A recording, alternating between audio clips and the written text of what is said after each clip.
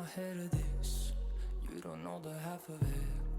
I got dreams of looking up, high as I can get. But nothing feels like how it feels to know these things I don't know yet. The weight of everything, and everything's just thread. Sometimes I'm trapped inside and I don't know what I'm gonna do. But to take on the world is the only thing that we know how to do. I've got dreams of finding out what all of this is for. It's you and me, and everywhere we go it leads to an open door.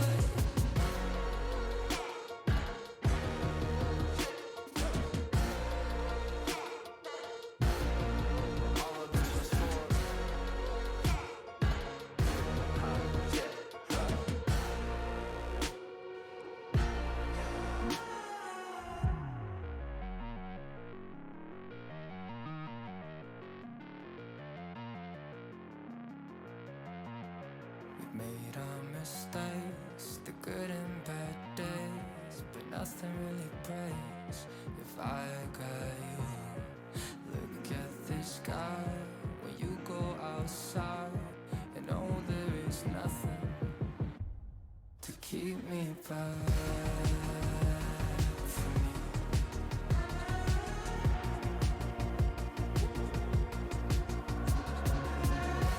I got dreams of finding out what all of this is for. It's you and me, and know there is nothing. And everywhere we go, we're leading to an open door. Keep me back, keep me back, keep me back.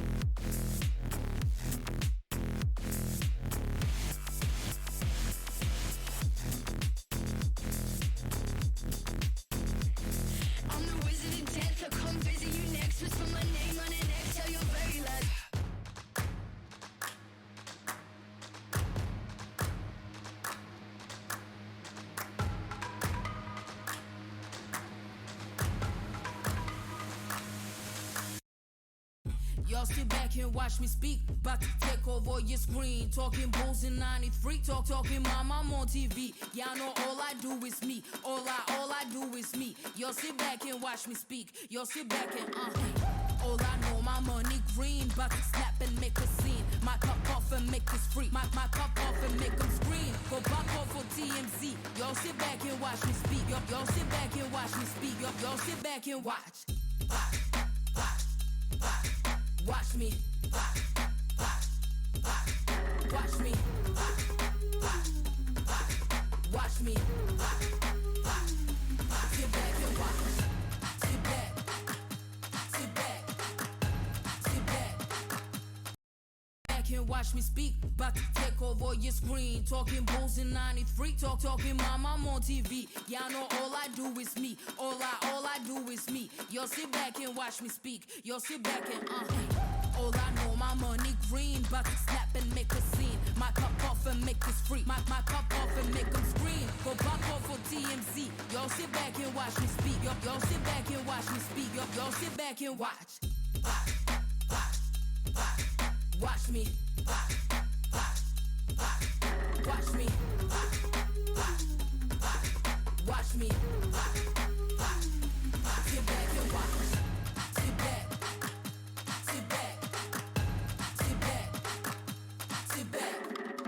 Money long, nothing on credit. I got style, don't catch no feelings. All this bread, ain't got no lettuce. I got style, don't catch no feelings. Watch me. Watch me. Sit back and watch. Sit back and watch. Sit back and watch. If it ain't got style, I ain't with it. I ain't with it. If it ain't got style, I ain't with it. Look. If it ain't got style, I ain't with it. I ain't with it. If it ain't got style, I ain't with it. Look.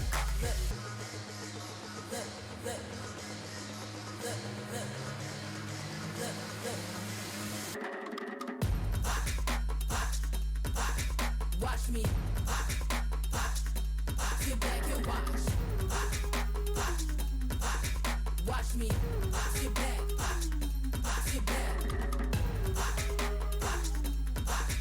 Watch me.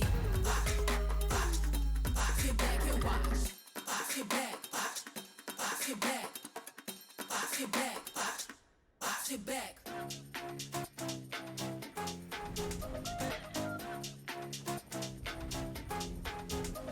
나의 속도가 돈이라면 벤z on me 더 세게 괴롭혀봐 나를 rain on me 다가서면 뱅뱅 전부 걸어 게임처럼 너의 고개를 떨굴 때는 dance on it 모두 몸을 걸어 눈이 빛나는 걸로 전부 걸치고 난 이 노래는 것들일 거야 발밑에 쫓아와도 너는 절대 못 껴 넘어질 배포도 없는 애들은 no 따라오지 못하는 건 내 알바가 아니지 그래서 the voice not my type 아니 거리동이 틈에 판이 바뀌지 이기는 건 당연하니 cause my type 시시하게 겉으로만 판단하겠지 웃는 얼굴 어서 저렇게 잘 봐 날 멍청한 애들이 여기 자꾸 넘치니 바가게 써니 목소리 내 못해 짜증나면 질러 I don't like being cool Release night to night girl들만 불러 money on the fool I'm a boss be or shiro 뭐든지 다 내게 cruise 말했잖아 내가 뱉는 대로 내가 다시 look nice Told to myself I'm so bossy I'm so bad I told to myself I'm so bossy I'm so bad I told to myself I'm so bossy I'm so bad I told to myself told ya 느리게만 보여 눈이 핑 돌아가는 놈들은 한 곳으로 모여 잠위 ride 머리 위로 투 그래서 이건 누가 대신에 money dance on a private jet 여긴 닿을 수 없는 거 올려놔 bus 하늘 위로 떨어지는 별을 느끼 like demons 자식 날고 기는 것들은 전부 천했지 왜처럼 증오들은 나의 밑거름 꽤나 좁아져도 눈의 시선은 어느새 풀려 숨죽여 Hey you, better you turn when I pull up Can't slow me down 나 끝이 없는 ride 멈출 수가 없잖아 안돼 소리로만 소림없이 주사 위로 여전히 예상 못한 곳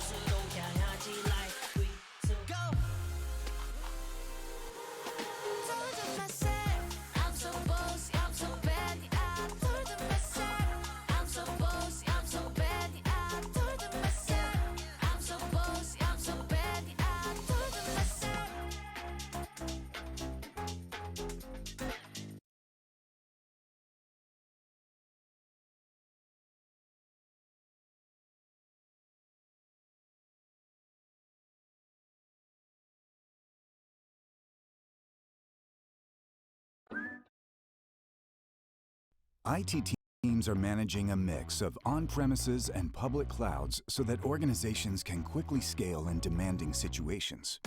But managing apps and data in cloud silos is inefficient and can lead to cost overruns. That's why Nutanix and Microsoft have come together to provide a joint hybrid cloud solution for organizations looking to simplify their hybrid cloud operations, bringing freedom of choice while utilizing their existing investments on Azure. Customers will be Nutanix clusters on Azure and seamlessly connect their on-prem environment with public clouds. Nutanix Clusters delivers native networking integration with Azure so that you can migrate workloads in a few clicks and without any change to the application. A true hybrid cloud experience. Together, Nutanix and Microsoft are really enabling simplicity of hybrid and really the choice of managing these hybrid workloads in a very flexible way that enables you to reuse your existing investments and resources and really accelerate your progress. Run better, run faster, run anywhere with Nutanix and Microsoft Azure.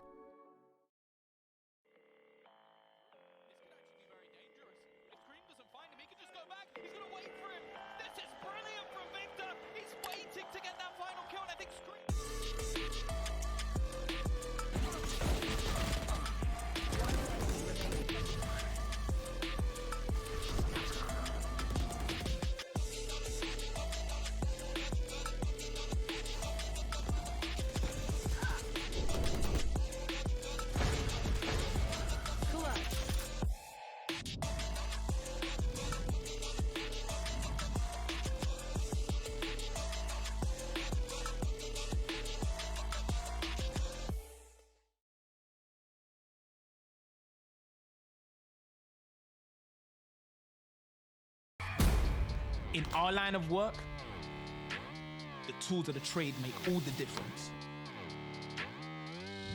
You need to be able to move swiftly and with precision. Make every shot count. Every sound needs to be heard. Know where your enemies are before they find you. A team with no communication is a dead team. They need to hear you loud and clear. And durability is key. You need to know your gear will be reliable when it really matters.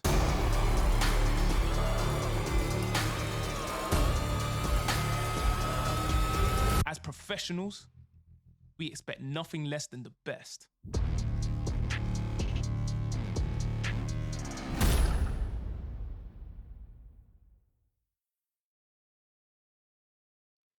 Alrighty, ladies and gentlemen, welcome to the challenge presented by Lions Creed versus Gaming and Nutanix. I'm joined by my co-host, Connie. How are we doing today, Connie? Co-host? Usually you say co-caster Yeah. and broadcaster. Now I feel a bit more No, special on the co-host, mate. inside. We're You know, warm, hosting. fuzzy We're hosting. feeling. We are hosting. Yeah, that's right. They got an ownership stake. Well done. So the challenge is back in action. Valorant. We've had one stream already on today. That was Tamaria Gaming versus Maze Academy. That was for top 4. Portuguese Gaming lost 2-0 in rather convincing fashion. Tamaria looked very dangerous off the rip in both maps. We saw them in, but overall, checking out the bracket, Remy, there's a lot to talk about. Yeah, let's have a look at this bracket, Connie. And I mean, you are so good at breaking down these teams and giving us insights. So going forward, we've seen these teams go head to head throughout the split. And how are we expected to see these teams go forward? Well, looking at Sparkly Ballz, they have come from what looks to be losers round 2 all the way down to losers semis. So their run's been pretty precarious. Of course, there's the one bye there and losers round 2, but still Foxes and Astony were, you know, big dogs coming into the seeding for this tournament. They were established orgs, very comfortable on the map. And heading into this, they're facing Tamaria, Altunga, one of Turkey's finest teams out there. Convincingly beat Maze Academy, who I put as a top 2 team going into this other than ESC Gaming. And we saw them dismantle Maze Academy 2-0 in the previous map, which was rather unexpected, but at the same time impressive because they utterly dismantled them. And, you know, Sparkly Ballz, obviously a very interesting name that I'm definitely not looking forward to saying mid-cast. But, you know, it is what it is. It's creative, to say the least. But, you know, we've also got our map selection, Connie, between these two teams, right? We've got Pearl. We've got Ascent and Icebox. Not in that order. It's actually Ascent, Pearl, Icebox. But, you know, break down those maps for us. Why is, you know, what are the pros and cons for both these teams going into this map selection? So in terms of it all, Haven and Fracture, we've seen quite a lot out of the more winners bracket sides like Astony and EC Gaming, and it's been stompings, 30-0s or 13-2s either way. It's been very inconsistent, really, but if you find a good Haven team and you try and ban it instantly, then that's a great start regardless. Ascent and Pearl are very common now in the recent meta. Ascent has been renowned as a very, very easy map pick for a lot of teams. It has the most hours on. In Call of Duty terms, this is your hotel of the Valorant world. It's very easy to play and very understandable, but above all that, Pearl, again, is interesting because it came in quite late. We've only really seen much of it recently in VCT and even in the European leagues alone. Very easy for controllers to thrive on this map based on that map we can get. And in terms of it all, initiators can too thrive, but Icebox for the last pick would be a great decider. I'm hoping we can kind of see it in a sense, but at the same time, it is quite late and everyone wants to go to bed for that sort of personal reason. But you know what? Ascent and Pearl for the first two maps is genuinely a good pick, Remy. Yeah, and you know, talking about that as well, right? Icebox, very, very interesting, and obviously Pearl used to be the newest map in the game, but obviously Lotus came out and overtook it. Oh yeah, but, I know. Stomped it. I mean, as you said, right? Ascent so played, you know, so overplayed, I guess, in a sense, right? So we are going to jump into it and get into our agent selection in a minute. But what are we looking for with these picks, Connie? Like, what are we going to see as the kind of meta picks going into Ascent? The most common comp usually would be a Killjoy, Sova, a Jet, maybe an Omen or an Astra to kind of float around, and another core initiator, maybe, let's say, a KO or a Breach. But so far, seeing from Sparkly Ballz and Tamaria, it's looking pretty standard to me. I think we're seeing quite even picks here, but instantly 4 lock-ins there for the Omen, KO, Sova, and Jet on the side of Sparkly Ballz. But, I mean, listen, that is almost expected. Yeah, I mean, Jet's been meta for so long in this game, and I don't think there will ever really be a time where she won't be meta, and it's very hard to not have a comp that's built around, you know, having her as the hard entry, so no surprise there, and Omen with the smokes, due to Astronaut a while back, is also in there, so there's a lot of interesting things to see, and yeah, I was about to say, a very interesting pick. Talk to us a little bit about that one. Not really a mirror comp, but the Astra Omen collaboration on this map's gonna be quite interesting based on the amount of utility Astra has available at disposal of the rip, but Omen has a rechargeable smoke in his arsenal if need be. But good to see both teams getting killjoys in the locker. You will definitely need that in terms of keeping the map even Stevens across the flow of, you know, both teams' counterattacks and aggressions. But overall, I'm seeing a lot of standard comp picks here, and it makes sense to me. It's gonna be a very fast-paced, aggressive map. Yeah, and that's what you come to expect on Ascent. And also a friendly reminder to everyone in the chat, make sure we try and keep it English, just so we can actually moderate it and know what's being said. Obviously, you know, even if it's not your mother tongue, it's a bit difficult, but it's what we require. But yeah, Connie, I mean, this is going to be an interesting matchup nonetheless. As you said, pretty stock standard, but I mean, that's what you come to expect here. Absolutely. I'm going to be seeing, of course, Altunga on attack. So that's going to be pretty much a solid start regardless, because we saw them on the attacking side on the last map and just convincingly beat Maze's pick by like 7 rounds in a row. To start with, pick at 7-2. So heading into this one now, it's going to be pretty Steven here. I think Snow as well, the one lurker there, the Killjoy on the A side for the defenders. Definitely setting up there for a retake, but it's going to be a heavy B off the rip. Yeah, and they know this. They're prepared for it, so it's going to be a heavy engagement to kick things off, as well as this KO knife coming through and able to get some tags or some info to play off of as well, coming from this attacking side. And I must say, there's a big Dewey fan base out there in the chat. I've seen it time and time again. And look at the entry coming in here, Connie, as well. Trades coming left and right, but it will be Sparkly Ballz coming out slightly on top, and you're in a 3 versus 2, Connie, and you've got to play retake if you can get onto the side.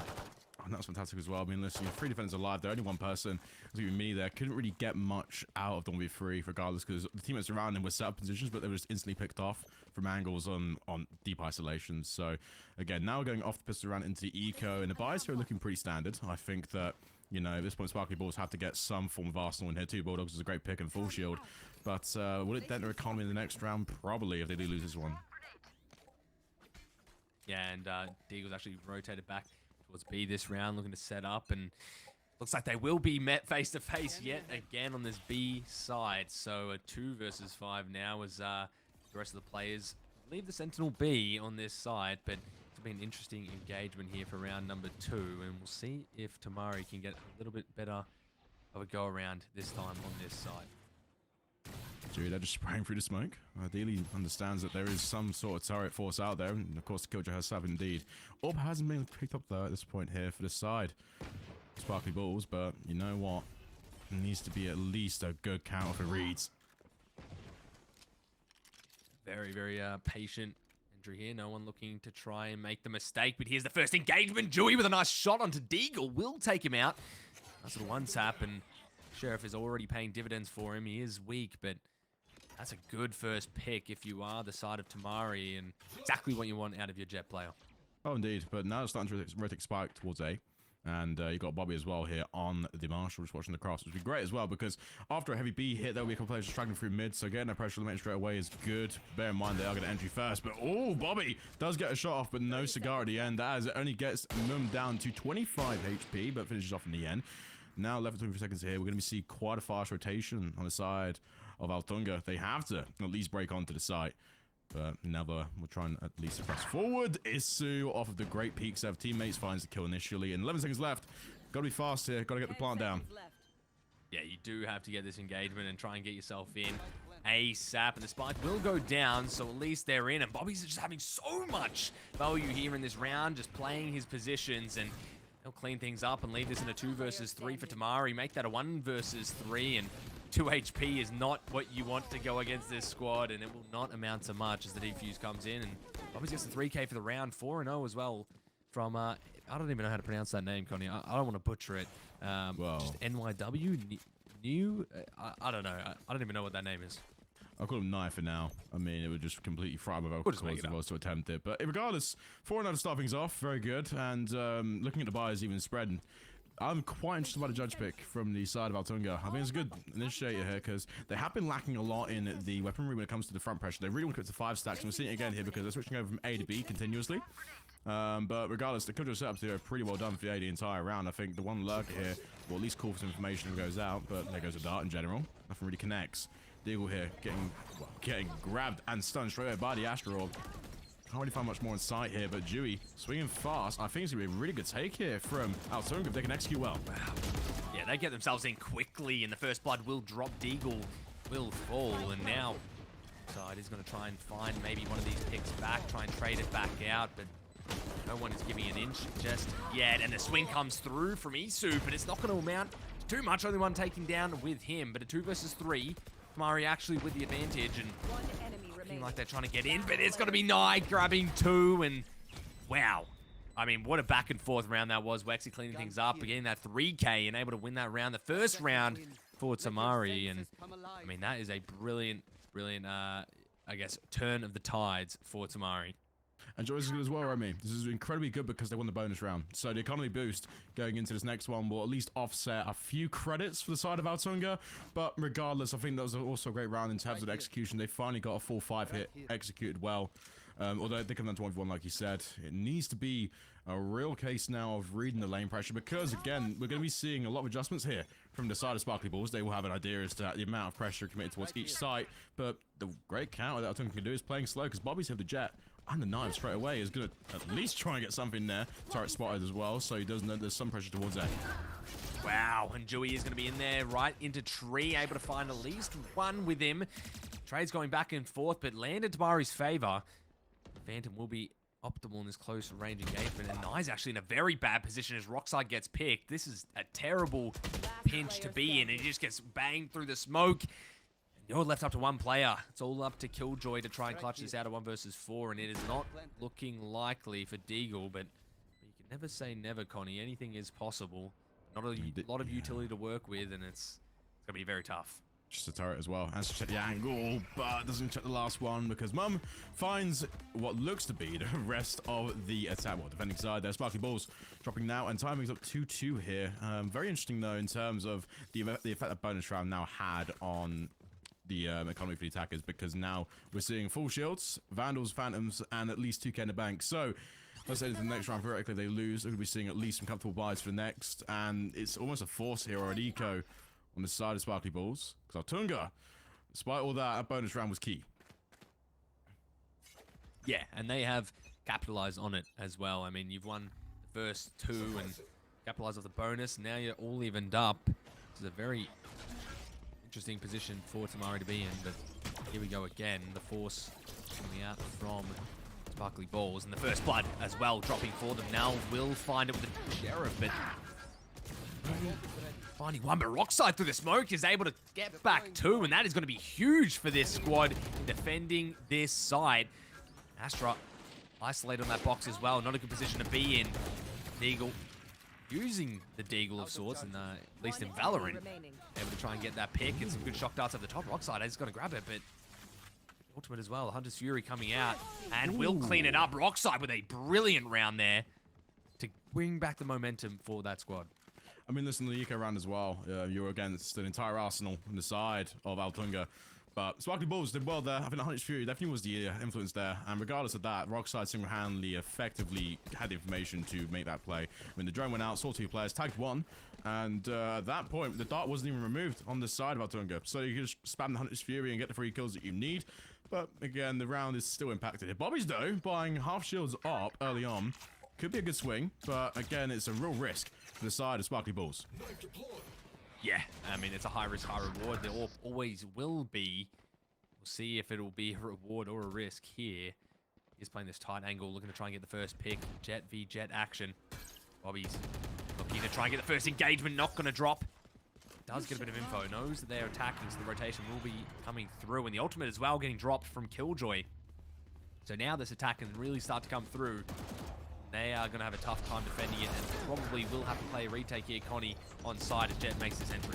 And look at the stack as well here. The entire Sparkly Ballz are just spamming themselves deep into the lane. And the aggression there from Mum was definitely warranted, but Rockside trades it out quickly. Slay looking at it again here. Very comfortable 4v2 situation there. Nee finds a comfortable 2, and that eliminates the entirety of Altunga's pressure. The judge spam is all you have left, and Rockside takes care of that indefinitely. And Sparkly Ballz are sparkling. That's all I can say. They are doing exceptionally well. I know. I mean, I'm sparkling them for him, really, at this point. But, I mean, 4-2. What can you ask here on the Ascent to start things off in the first half? Brilliant stuff from this squad, and they're able to play against this squad very, very well, and they're adapting. I feel like that's the thing that's really catching them off guard. They're adapting very, very well. Well, this time now, Altunga have got Hunter's Fury to play as well. We saw that just as the spectator cam went off. The setup here again is very much a 5-stack. I just don't really see much variety in terms of Altunga's, you know, strat book, but we do know that their pressure reading and their timings are definitely what make them so effective. But Sparkly Ballz again have a great, well, definitely a great setup here in terms of B. Open smoke will go as well onto mid. So now you're completely shutting off A for any chance of attack, but I really think that doesn't matter towards Altunga, as that was what they anticipated. EC there finds the first onto Deagle, the Sheriff. And the take is becoming really fast here, looking to get onto site as soon as possible. But Waxy takes it Rockside the trade, and now 5v3 Remy. Yeah, I mean, that is one way to even things up, and almost a wallbang there from Bobby's, but not going to quite drop, and they get themselves on the side. So this is going to be a tough 3v5 retake. I mean, this site is extremely difficult to retake in general, just because you can bunker it down. There's only 2 openings. It's not an easy way to get yourself in, but see how they are going to play. They have some utility to work with. Going to try and clear out main here, but no one is sitting there. All 5 players on site from Tamaria. Connie, this is a very interesting little setup they've got going on here. A nice volley over the top, and Bobby's is able to find one. Minnie able to get at least one trade back, but it is not going as well as they might have thought. But it's all they needed, Connie, because they get the last kill, and 4-3. They finally find that round, but that was looking a little bit dicey there for a second. Oh, absolutely, you were spot on. I think the post retake was a difficult one for the side of Sparkly Ballz, and you were absolutely right there, because initially they had a lot of aggression. They're going onto the site. Fortunately, wasn't to be. They really did kind of had the numbers drop in their favor, and the cleanup there in Altunga was definitely warranted. But again, they're just mirroring the setups here from last round, and it will be almost warranted aggressive push here from A. You can definitely sense it on the minimap, and it's almost doable here. And Neville the Dart, try and get information out early, but yeah, of course, I'm right. Nothing really connects, and different here as well from Altunga. Split push on both sides. Yeah, they are trying to play their info, maybe play for that first pick, see where they can go. A little bit more of a calculated push default, if you will, and Rockside is going to be playing this market area, so trying to find that maybe first engagement. It looks like we might see a little bit of a push here. The AWP is going to be in Bobby's favor, though, and that's going to be the first blood dropping as Isu falls. And now you've got to run with your tail between your legs. The AWP is on this site. You need to get to the other one. You need to get there quickly, Connie, because you do not want to be face-to-face with that operator when you're attacking a site. Definitely. Spot on. But this is a good rotation here from Altunga. I think after the kill, they definitely wanted to try and push more into A, but Altunga responded in time here. Cosmic Divide will go out, though, to try and silence off B, but it only traps the Killjoy on the side of where the push is coming in from. And they got Sobers all playing around inside the market. This is a good setup here for Altunga, but Dewey finds a good take here, because Sparkly Ballz on the defense here had all the positions there that at least favor it, but they're just dropping like flies at Sparkly Ballz. Minnie and Dewey, they're finding even more in the feed, and Bobby's has to push out and get it. Unfortunately, it's down to Dewey again here. 1v2 situation now, but Nee can definitely pull some of that bag here. It's going to be the first one dropping in the clutch. 1 versus 1. The operator was dropped, so if Nee wins this round, it would be huge, not only for the economy, but also the rounds, obviously, and he will find it, which is beautiful stuff from Nee, and grabs the operator back, and that was looking dicey there, Connie. I was about to say, Dewey could be a problem here. He's pushed up mid, he's behind the Asteroid, he can get a lot of damage done, and he did find a lot of that damage, but unfortunately, just wasn't enough, and that operator will be back in the hands of Sparkly Ballz, and they will continue to keep having their lead extended. Oh, definitely. And again, getting the op on your side is going to be so huge. Bobby's there, still only flat around the economy. I see no shields on his side, so he really is going to be at least guarded by 1-2 players here, hopefully, to try and keep that alive. Or even now, it could be a contest now just fighting for the op as the dart goes out again, and it will actually get some recon from the Sober Dart too. Instantly has to force the Superstars out though, and Astra are going to be used indefinitely here to keep things under control. And this is some good utility usage coming out from this squad. They're getting so much damage into this Tamaria roster, and they will find themselves a way in though, Connie. There's the first blood, the second now coming as Mum finds the second. Nell and Nee working in tandem to get those trades back, but they are getting hunted down by this ultimate, and Nee will drop. A beautiful read there from Wexy, able to find him. Now you're in a 2 versus 3. Bomb is down. The retake has to come through. We saw a 3 versus 5 last time almost come through. 2 versus 3, a little bit easier, but still a very difficult situation nonetheless, as Astro just peeks the head with the judge. It's not going to be enough. Bobby's now in the 1 versus 3. It's difficult though, especially where you've got to clear backside and you have to clear stairs. Bobby now has a Vandal in hand and has Nice Fable 2 in an updraft, so maybe you can pop the up here and try and force some picks early. But regardless, it needs to be fast, it needs to be timed, and Mini with the judge has no care for that. Instantly swings out there, 1 tap and bang, he's gone. Now we're heading straight into another round here. Gonna be the 9th now, and well, still only 1 round between the 2 teams. Yeah, Tamaria's doing a great job of stopping the bleeding, it seems like, right? They're able to get these rounds back when they're falling behind. They're not letting them get too much momentum too early, and it is a very, very good showing out of them so far on the attack. So see if it continues and how they're going to play this attack. I think it's going to be another default, another split. The spike is actually towards A, even though they've got 3 players stacked towards the B side, Connie. Oh, definitely. Yeah, and the smoke was out early as well. So defenders here really want to try and trap Altunga indefinitely into, well, at least a split timing here in a passive read.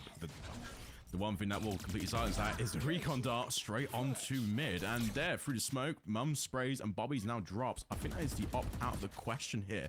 So that is one positive shining light here for Altunga. And Nelv, though, quick to return it with Sheriff Headshot.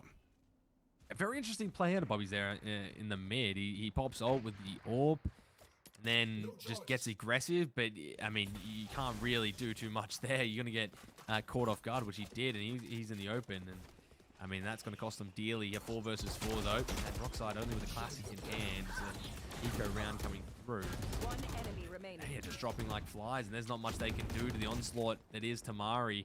And it's all going to be up to Nye with the judge. He might be able to pick up a gun in the back line, but I mean, 1 versus 4, a retake on B is not an easy task whatsoever. I mean, he has the ultimate available as well. Could potentially TP onto site or into back spawn to at least catch it, but regardless, Naya is going to walk into something rather dangerous here. It is, of course, Mum with the Phantom spraying through. Only 11 HP left now, and the Star will look to draw in knee, but he just about edges it.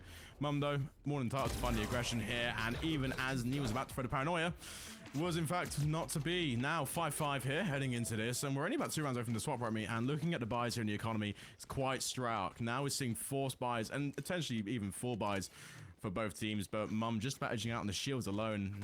Could at least look for more.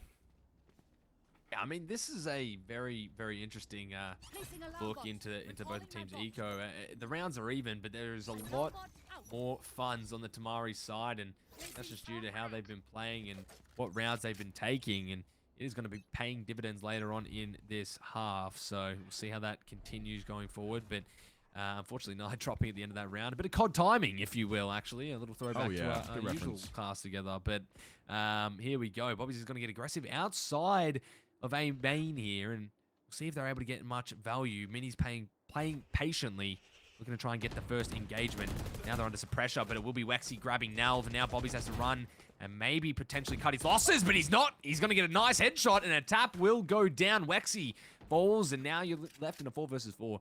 It's a beautiful, beautiful trade there from Bobby's, and I mean, really making the best out of a worst-case scenario.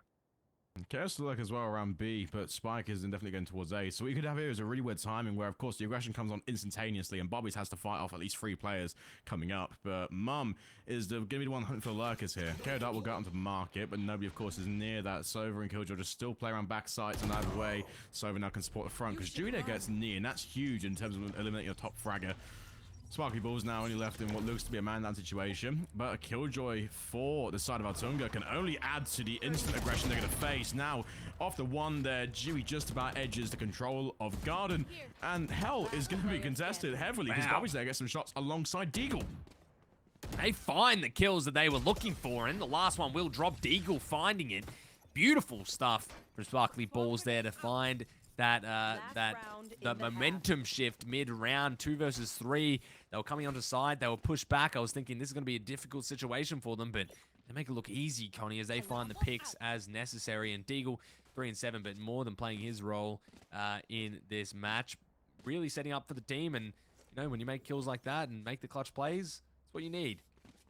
It's more than that. At this point now, we're heading to the last round, and it is going to be almost Deagle right now. Again, the economy dent from the bonus round really has shown through for the entirety of Sparkly Ballz.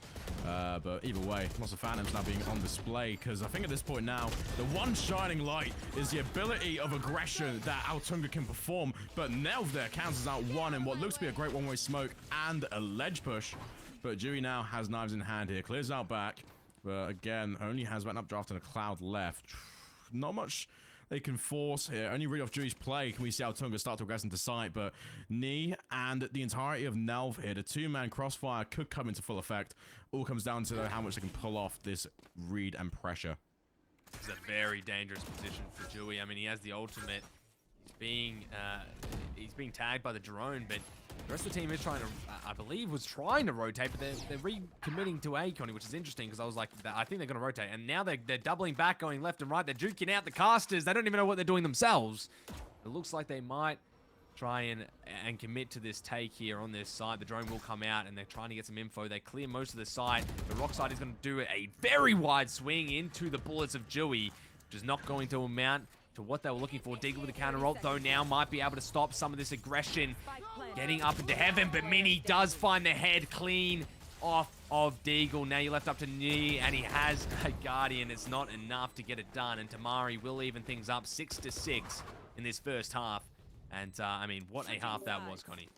I mean, 6-6. I mean, we actually spoke on broadcast last time with Bigfoot yesterday. The averages for round on a set, and it is 8-4. So seeing 6-6, and it goes to show really the skill of, you know, Tamaria on this map. And that really is going to have to at least test the grit now for the side of Sparkly Ballz, because going on to the unfavored side here, maybe they could have a strong attacking presence, or maybe Tamaria are just, you know, that good and they could probably bounce 6 off here. I mean, it really comes down to the reads, but again, it's nice to see that both teams here are going to at least, you know, copy-paste their setups either way. You'll see a lot of pressure here on A early, and Spike will look to float towards the site, but the Killjoy again lurking around the ults and looking to at least invite maybe a pick here on a lurk, but overall, too early to tell here. Wait to see what goes down in the mid. It's all going to be on Mum playing that cat position to try and get some of these crossfires in, but looks like it's going to be a heavy A hit if they do decide to commit, and looks like they actually won't. For some reason, scared off the side, I believe, from some of the utility, but I'm not sure why they backed out. They haven't even gotten any of the info yet. But a lot of mid control coming here from Tamaria. The rotation will come through, Connie. It'll come through fast, but still lots of shifting and walking. A team that's sort of deciding, you know, Sparkly Ballz want to at least invite the pressure here, but I think they know right now that there is nobody from Altunga here on B other than the Jet. And right now, Mini, playing such a great angle here on the offset. Trigger comes through, but only one is found because Deagle and Roxy clear off Market and clear off the person watching the lineup. ECU, though, again, trying to spam the crouch. Headshot does come in, but nothing really connects further than that. There's now a single situation here. Mum left alone in the retake. I mean, I was expecting so much more out of that play from Mini. It's very unfortunate only able to get one, but here comes the retake from Mum, able to get one headshot and finds the second. Deagle will drop, and beautiful shots out of Mum there, able to grab that first round of the half for Tamaria. And I mean, that is a big, big round to win, a big clutch, a big momentum shifter. If you are Tamaria, you really want to take that one down. You get essentially 2 rounds straight, right? You get your buy round in now, and it's or your bonus round, I should say, and you're going to have a lot of value here, as we saw last time with Sparkly Ballz.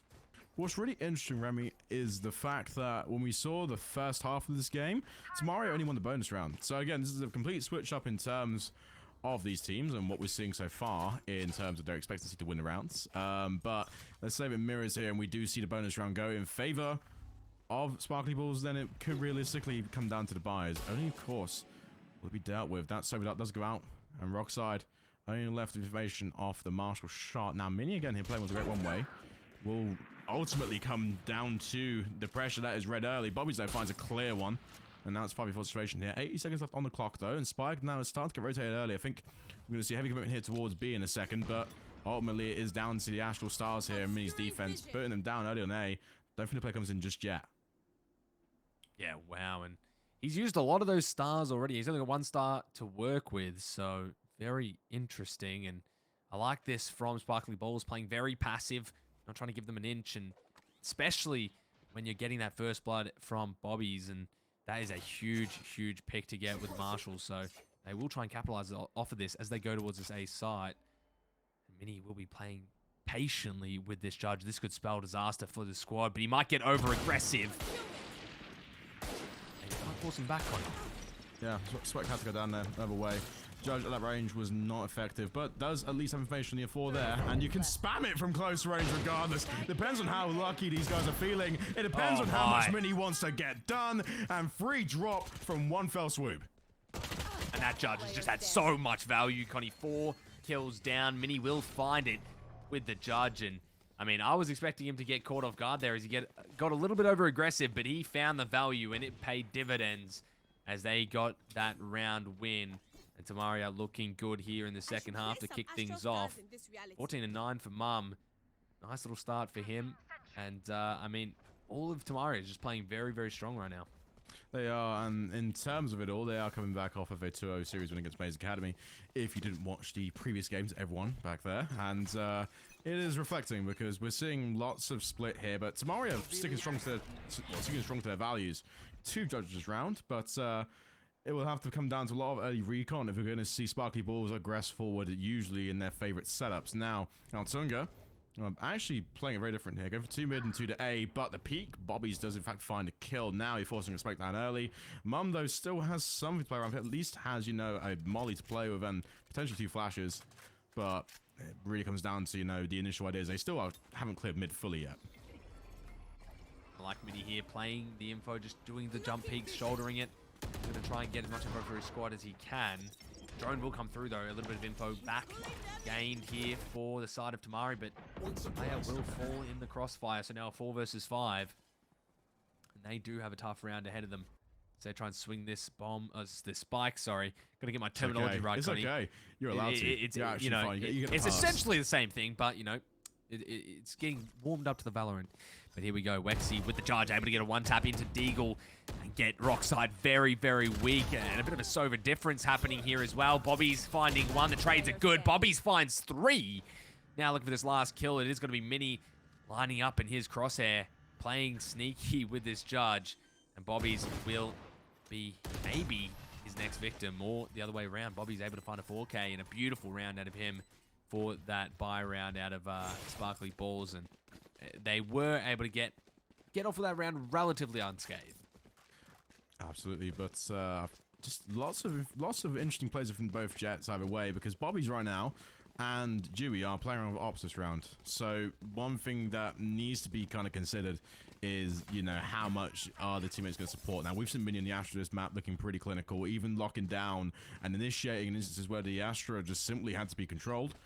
But He's going to try something unique here. Go for Paranoia early and try and stun because you want to break through onto site as fast as you can. Dewey, though, off the dash, and the Jets' knives will be exchanged either way. Bobby's, though, will force themselves early onto A. Oh, and he might get caught out with the orb. He is able to find one with the shorty, but Nelv just comes in swinging, able to find two, and that's going to be devastating for not only the economy, but the players for this squad of Tamari. He finding one for himself as well. The Phantom spraying through the wall, but it's not going to amount to too much as he just grabs a bit too much damage. Rockside joins the party as well. Now you're left in a 1 versus 4, all up to Isu, and this is an almost impossible task, but he is going to try and find it. First one will drop Connie. Rockside to try and shoot some utility in, and I mean, this is going to be extremely difficult as the spike starts to tick down. And most Isu has a turret there as well. Rockstar's just flash peeking for now. I think the wise decision here for Isu potentially could be the save, and I think that definitely will be the fun decision coming into his mind. Regardless, though, you're seeing your checks over on the side of Sparkly Ballz if you want to make sure this is cleared out. And I think it was a wonderful take in general, because the economy and the mental economy both were in good terms with Sparkly Ballz. They didn't really have much pressure to face. And only in the one fell swoop that they had to face the sheer onslaught of Altunga, you know, the kills just about favored the edge. And you're saving enough, though, to actually have a relatively high economy going into the next few rounds. I mean, Nye and Roxy sitting at 3 and 4K respectively. And even that, though, it's only really close because the one defining factor for the side of Altunga is that they are only a few orbs off of the ultimate. But regardless, Mini and Nelv will have the KO cancel and the Cosmic Divide to play with for this round. Mind you as well, Dewey dropping all that money on the orb last round. It's a bit of an all or nothing approach, and he got caught very early, so he didn't even get that much value out of it, and that might pay them a lot of money down the road. But it is going to be Wexy dropping with that judge, and I'm getting the trade as well with that Deagle, so now they're up 3 to 4. Looks like they're trying to go for this B site again. Look at Isu and Jet playing as passive as they can in this back boathouse, but now they're going to be really struggling, and Dewey is able to find that kill with a Bucky, but Rockside is doing too much damage across the map, able to find so much value as Dewey starts to get sneaky, trying to isolate the 1v1s. The first one will be in his sights, but Rockside finds the 4th for the round, and he will drop. And that will be a nice round yet again for Sparkly Ballz. That's going to be 3 in a row, Connie, for this half. I mean, Sparkly Ballz, again, they're just had to play with so much. We're seeing instances now in the last 2 rounds where it is 1v3s. And Altunga, they just haven't got the majority of the information as to how they're losing players so fast. But it really comes down to the peaks. I mean, you're kind of fighting fire with fire here. Both teams are just sort of stacking heavy either side. And off rotations of information, Altunga are really quick to just sort of give up a sight and go straight on him and leave one to lurk. But that one person lurking can't handle the 4 people of Sparkly Ballz. And now we're heading into a very comp A default here. But off the KO dart again, Toad just was pressed here, and Wexy is forcing Hunter's Fury in turn for that. Yeah, and the Hunter's Fury, just a dry old middle of the map. Not going to really grab too much, but a nice little smoke kill from Isu, able to find the first blood. Bobbies will fall. And Mum getting aggressive as well through the side of the smoke, catching that player off guard, thinking the drone will keep him safe. But my friend, it's only there to show you where the enemies are, not kill them. Will drop a Rockside as well, showing how the Hunter's Fury should be used, able to get another tag as well, and that is just so much value early on out of Sparkly Ballz. They don't have the numbers, but I mean, they were able to at least try and grab some of these kills back, and now they're able to try and push through CAD and maybe get some sort of take here onto this side. But Nye is kind of left with the spike alone in this main area, and Mum is going to be playing patient, waiting for his turn to strike here through tree. Maybe this first engagement might fall neck and neck here with 2 players. Will he be able to find them? The first one will not drop. Deagle able to win that engagement. Deagle actually able to win 2. Big kills from Deagle, able to get that entry, and now they can get themselves onto site. Now you're in post-plan, Connie, and you have to try and retake in a 2 versus 3 if you are the side of Tamaria, and he gets the tag in, but somehow doesn't find the kill. Wexy again, they're just off that recon drone and off of the dart. Trying to spam through early, nothing really connects, but again, the way Deagle's set up here is just so effective because you're watching the top of turret, you're smoking Omen off as well, And even off that, the Nano Swarm can just cancel out any push now for the next 3 seconds, which is huge, because now time's ticking down. You have to force a fast play early out of Altunga, but Wexy only that finds a trade, now 1v2. But off position here again, it's just another situation where it's post-plant, and if not a 1v3 or 1v2, Altunga just can't get it done. And now we're seeing it extend further into the scoreline here. We'll be looking like a 10-8. That's very tasty, Remy, because this is the first time now I've seen Altunga almost look outclassed on what looks to be a map that favors their kind of comp style, you know what I mean? Yeah, I was about to say, they are not having a good time here. They had the first 2 rounds, but those are pretty much given. If you win that first pistol round, sure, right? You pretty much guaranteed the second unless you make some big boo-boos. But from then, it's just been a full sail on the side of Sparkly Ballz, and they have really been doing, feeling themselves or in their element, I guess I should say, and it has just been showing all over Tamaria having no answer to what they're putting forth. But look at this aggression coming in from Dewey off the rip, able to try and get this flank in. And now you're starting to see the pressure coming through. There's not enough players to deal with them as they just push through. The ult is out, but being able to find that 1 kill, it's not going to be enough to grab the 2 back. And unfortunately, the team utility kill finding Bobby. So now you're even up in 3 versus 3, and that is a bit tragic, but you do find yourself on site at least. So now the retake has to come through, and the ultimate will come out. But Mum able to find Rockside, still keeping things alive for Tamaria, only barely. They're gonna have to back out of this ult as the spike is down, but they are doing a good job of somehow stopping the bleeding here, Connie. Altunga had to respect that KO. Sorry, no, had to respect that Killjoy ult. And it's only forcing them now into deeper situations. But this one will go out there again. But off the read, Isu there gets Nell out the picture. Now, the Eagle here forcing an all spot here. Turret can be used. Try and pick off on the spike. But at this point here, you've got to play with someone defuse him. And you've got to play around with someone trying to take your head off. But Eagle is the man that has continued to shine and will continue to shine further. As now we're looking at 11-8. Only 2 rounds away from securing map 1 for side Sparkly Ballz. But Altunga's still in the picture here. Got plenty of credits there to get a full buy-in, but at this point now, you've got to be scratching your head. Yeah, that is a dagger.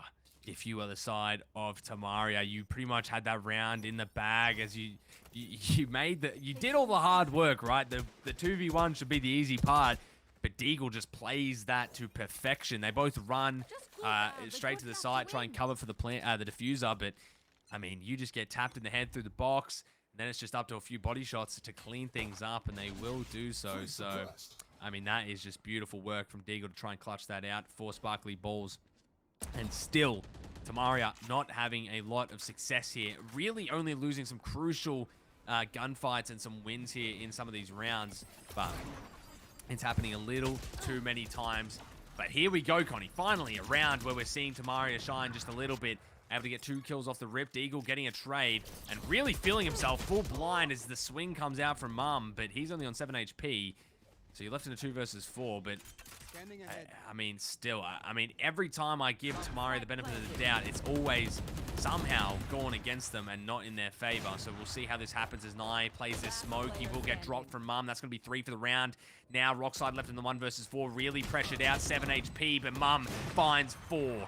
That will be a beautiful round out of him and able to finally find some of that momentum back and turn the tides here possibly for Tamaria. It's a huge round as well for Altunga. They even kept the up alive. So what this invites is not only a credit buff, but it just keeps them that little bit more ticking. I mean, again, at this point in the rounds, we have to see some serious adjustments from Altunga if they want to get through Sparkly Ballz, because again, their counter pressure and their ability to get picks early is what really keeps them cooking. Now, Altunga gonna play around here with at least 1 op and 4 Vandals. Sparkly Ballz, however, going for primarily Phantom, which is interesting because maybe you could expect a huge rush here. But ultimately, there's only 3 ults that, you know, are gonna completely counteract the 1 on the side of Sparkly Ballz. And with that suppression early, the original plan is looking to be halted a little bit.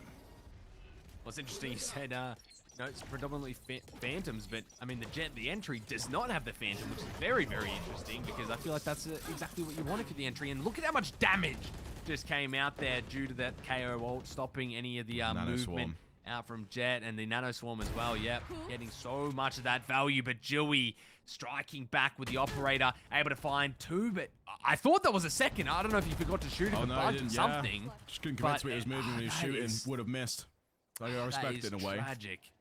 That is tragic. I thought he had that.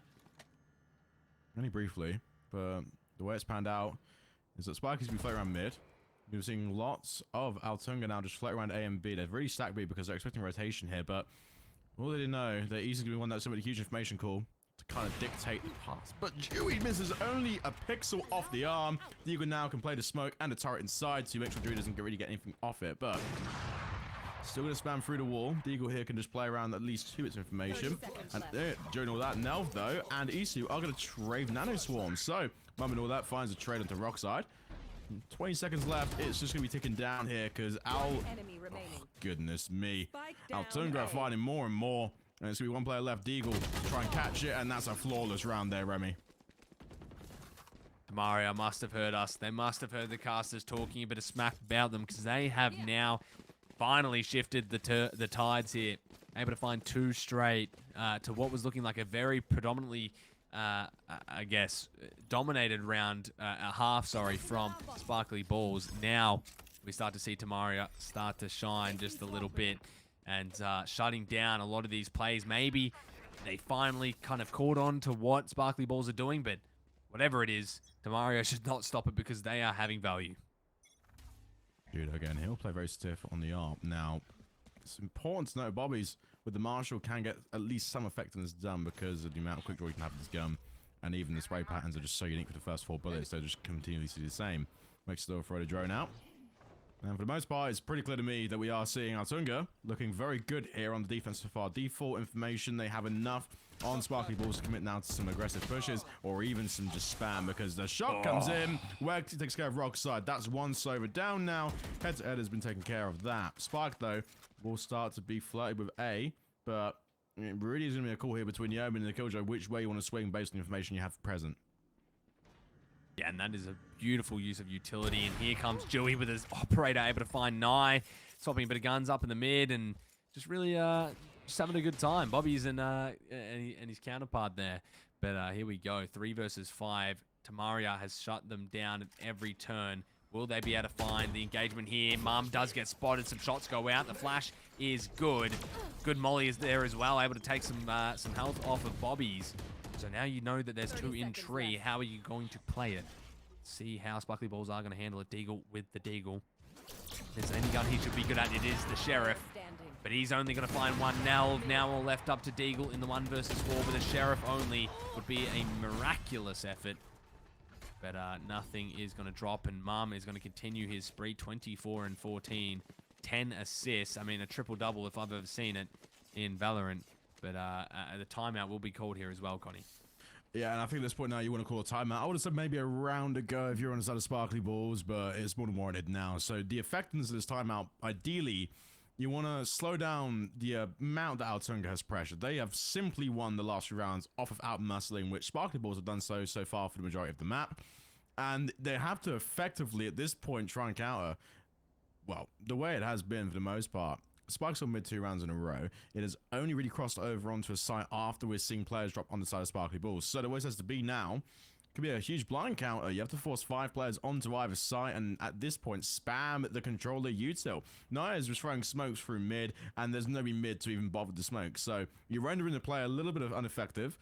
And the best way you can at least take it potentially, if you are on the side of Sparkly Ballz, committing to either side, smoking off the core exit points on the side of Altunga, maybe coordinating some lineups with Sova. That really could initially keep things going and rolling, because then at that point, Bobbies can fly, and that is where you're seeing most effectiveness come in. Yeah, that timeout is also going to be a stopper in the momentum for this Tamaria squad as well, right? They've been hard. They've come out of some good rounds. Call the timeout. Okay, let's reset. Let's regain. Let's see how Sparkly Ballz are going to come back after this timeout. Are they going to be fresh? And let's have a look. It is going to be the attack here on the A side, and Yum is going to get that first blood again, and he is just warming up as the rounds continue. The jet will drop. That's your entry gone. Now you're going to have a tough time getting into this site as they try and get some of their utility out. Dodge of the flash. Mum lines up another, and a nice snap there onto Nye. Will find it. Isu just cleans up, and that's a beautiful round out of Tamaria. Really solidifying themselves here in this second half. What was looking like a very dominant Sparkly Ballz half is now going straight to Tamaria. Match point 12 to 11. They're looking to take this without going overtime, Connie. Let's see if they can do it in this round. It's going to be very good, though, in terms of momentum. They've won now, I think, 4 in a bounce. And the weaponry is going to be changed quite drastically if there's those sparkly balls. You're going to have lots of one-shot, one-head-tap weapons. 3 Guardians, a Bucky, and a Bulldog. Now, the Bulldog I mentioned quite a few times on the Challenge broadcast. Pretty much a great overall budget gun. It really has the ability with the 2 body shots, the headshot. You can effectively get quite a bit of eco boost and damage out of it. But straight away, 100 we spammed out. Isu and Rockside, the first trade out on either side of the teams. Now, that attacker Killjoy and defender Killjoy will try to be cancelled out here. But look at this Venn diagram we're seeing here on the map. There's only really nothing in mid, and only a fraction of that where you can't even run to that is going to be an effect. But defenders are going to go in straight away. It just isn't enough to take care of the plan. And regardless, Rockside, Mum, and Isu will trade out, and now you're left with Rockside in a 1v3 with Cosmic Divide. That is all she wrote. And we're seeing Altunga take map 1, 13-11 in the challenge. Wow, I mean, what a showing that was from Tamaria. What was looking like them behind the 8 ball for most of that game ended up going straight back towards their favor. They really showed their adaptiveness and their adaptability, I should say, throughout that match. I was expecting a much more, I guess, dominant win from Sparkly Ballz, but I mean, way to prove me wrong, right? I mean, I'm never correct as the caster. There's always the caster curse. And I'm not mad about it. Tamaria having a great showing there on Ascent. And, you know, it'll be interesting to see how they go forward. It was a close match nonetheless, right? I mean, 2 rounds differential. It really could have been, you know, anyone's game given how the rounds were going. But, you know, Tamaria just really well played. They got, you know, they really got their stuff together towards the end and paid off. I think it was more down to the fact Tamaria showed a lot of resilience. They were down for the majority of that. I think 11-8 was the last time we saw them sort of on the back end of it. But regardless of that, they won 5 in the bounce. And even after the timeout, they still won the last 2, which only really shows not just their mental, but their awareness. I think in the comments they're speaking quite frequently about what the other team might be talking about or doing. And we see a lot in VCT listenings where these guys will go very into the other minds of the team during the timeouts. And it paid off because not only that, no, pretty much flawless rounds. And they were on originally the receiving ends of 1v3s at the start, but to giving them back at the end of the game. Yeah, and that's a good point as well, right? It's very, very easy to really just boil it down to, you know, we're going to go hit this side, we're going to hit this side, we're going to switch up. But actually taking the time to try and think how, you know, the other team is going to be trying to adapt to your play style and what you're putting forth is always going to be the most successful line of thinking. And clearly, you know, if Tamaria was on that train of thought, it would have paid off. And I mean, that's why it is so successful in VCT. And you're exactly right, Connie. So without further ado, we are going to try and get this second map underway. But I mean, realistically, it's just a really crazy showing from Tamaria. I was honestly expecting them to really get pumped and to really have a struggle there towards the end of that. But before we go further into these teams, we are going to give a short little ad break as we give some love to the sponsors of this stream and this broadcast. So don't go anywhere as we get the second map underway and we go for a short little ad break. IT teams are managing a mix of on-premises and public clouds so that organizations can quickly scale in demanding situations. But managing apps and data in cloud silos is inefficient and can lead to cost overruns. That's why Nutanix and Microsoft have come together to provide a joint hybrid cloud solution for organizations looking to simplify their hybrid cloud operations, bringing freedom of choice while utilizing their existing investments on Azure. Customers will be able to deploy Nutanix clusters on Azure and seamlessly connect their on-prem environment with public clouds. Nutanix Clusters delivers native networking integration with Azure so that you can migrate workloads in a few clicks and without any change to the application. A true hybrid cloud experience. Together, Nutanix and Microsoft are really enabling simplicity of hybrid and really the choice of managing these hybrid workloads in a very flexible way that enables you to reuse your existing investments and resources and really accelerate your progress. Run better, run faster, run anywhere with Nutanix and Microsoft Azure.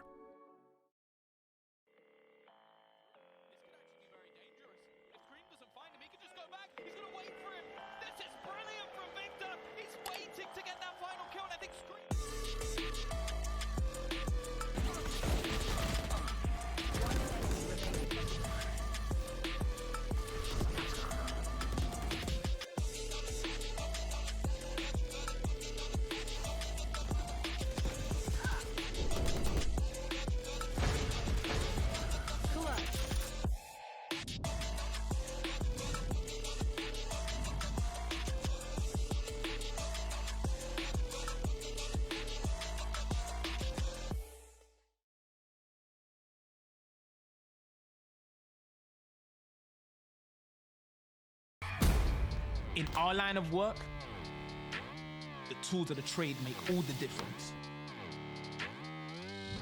You need to be able to move swiftly and with precision. Make every shot count. Every sound needs to be heard. Know where your enemies are before they find you.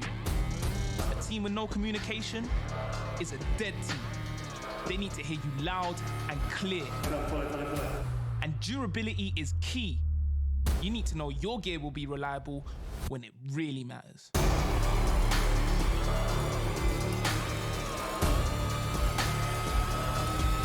As professionals, we expect nothing less than the best.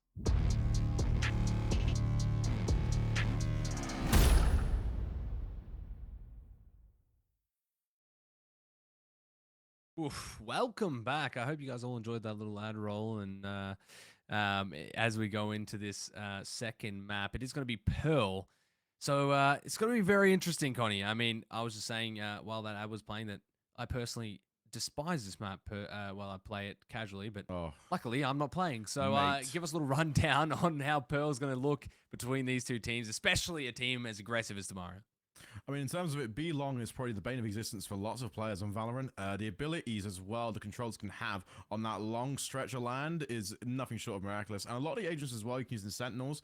Lots of the ultimates cover the range for takes and retakes. So what you really are initiating here is, let's say if you're on attack inside here, you're averaging probably like 9-3 on defense for the majority of time, and that purely is based to the extra points. The choke points for this map are very small on A, but on B, you're kind of trying to jiggle peek here on what looks to be a defensive side here for an early op or an early marshal. But the majority of it all in general is kind of come down to the abilities. I'm pretty sure last series we did in fact see Altunga take the first map 13-7 against Maze Academy. So we have one piece of information there in terms of that as to what to expect, and that was that on Altunga's pick, they won, and they're picking it again. Yeah, and I mean, these two teams will have a little bit of that back and forth, I assume, going forward. And it's going to be one of those things where if you're really coming at it, right, you're having these choke points, you need to expect Tamaria to be that aggressive team, to have that aggression, to be the ones that are going to be pressuring your team out. It's all up to how good Sparkly Ballz are going to hold it. And, I mean, it is going to be a tough battle. I mean, I don't know who is going to come on top, right? Will the aggression be more successful, or will the more passive play be more successful? I guess we'll have to find out here as well. But let's talk a little bit of hypotheticals here, Connie, as well. Let's say this goes to Icebox, right? What are we going to expect on that, right? Is that an interesting map to have as a tiebreaker, or how's that going to play out then if we go to that map 3? I think it's because Icebox is is in quite a special spot right now, Remy, and that is pretty down to the meta it's currently playing. We saw Fnatic win map 5, 11-3 comeback on that map using purely a counter comp to what Loud usually play.